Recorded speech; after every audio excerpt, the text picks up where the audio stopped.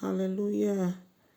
Adolfo, mama yende nyame ase oye na do yenso hoda. Ye nyame yo. Ye di freni efi benyina mu. Ye nyankopon otutu ya na moma yen.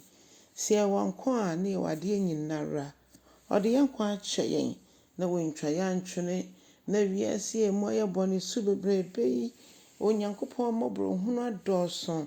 Ebesi sabri a erade yesi edawase. Yes, Hinade say, Dodoa, any mua, Omodaso, and nam and somebody, bonny so quiet soon in a rade.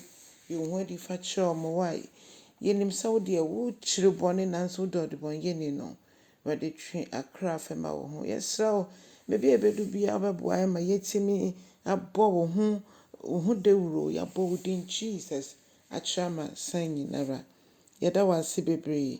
Onyame nkronkron ena no pain so me bom pa yese rade fire this yen no momwai wa ye chechefo a Ewurade ye kwati wa asam no yenti ase ye na adom sa ne hu kese ye ewo Jesus Christ din mu ne abom pa ye. Amen and amen. Me ma wa kwa abodofo e de ba wuti ase senjumede yi so na nso ye be fa kenkan sam afi Isaiah eti miensa ntichemo enum ekosi enson no. Isaiah miensa enum kosi enson.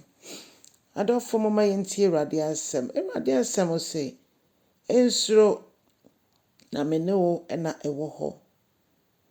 Meboaboa wo ene wo ma no efi epuei ekosi atoye.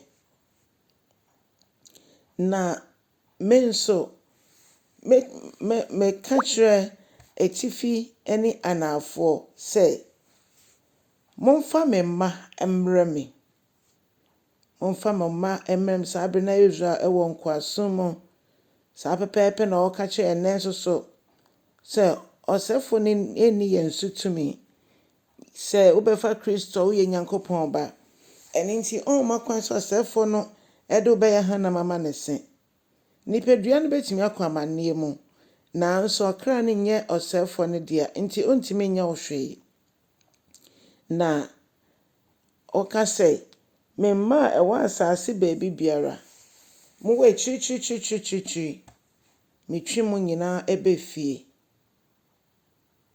Bibi biara mo bebisa me no ana mo ebisa me na me mahihya to oseye modia no monje mo ade se mo fa me se me ye mo Nyankopon ko ade a ene me nso ne amaka afa mo ho no eno ana mema abemu na mema wiase nyina ne omo etwa mo ho ehye nyina ehomani onyam se me Onyankopon ena mabomo adofo ebra so a etwa se ye de yere nyina hye ye Nyankopon mo fi se nipa bebre gina bebi bisa se no mo Nyankopon no mo som no kra wan nipa bebre gina bebi kase na we no mo som ye egidifo no eno no edien ensentreni ana eniye na kire enye ensentreni a eye wiase ensentreni a ase nipa efum sika na nipa efum wiase japade na meka ho asem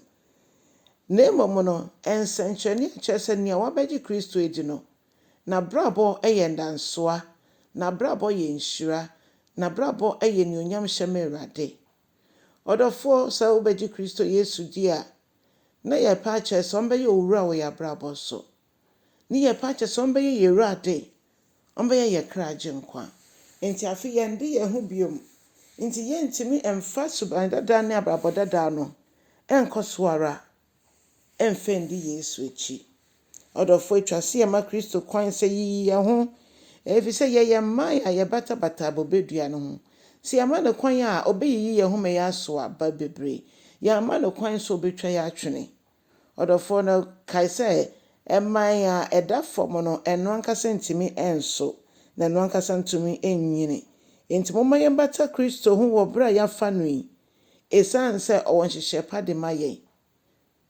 obi wa bie na no se mafa Kristo nso da so we chire na Onyankopon se da bi zananka bebia ye tiempo eware a Yesu Kristo no do ne dom ane ni wu a owu ye ntino ama ye nso ya befie Ɔdɔfoɔ ma saa nkwagye yi ɛhomra wo mfa so na wo ne Nyankopɔn nya daadaa nkitahodie yi.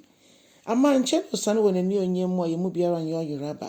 Ma nnipa nyinaa ehu wo dwoɔ na yɛnhyɛ gya wɔ so n'anuonyam ɛfiri sɛ wafrɛ yɛn ɔfrɛ kronkron.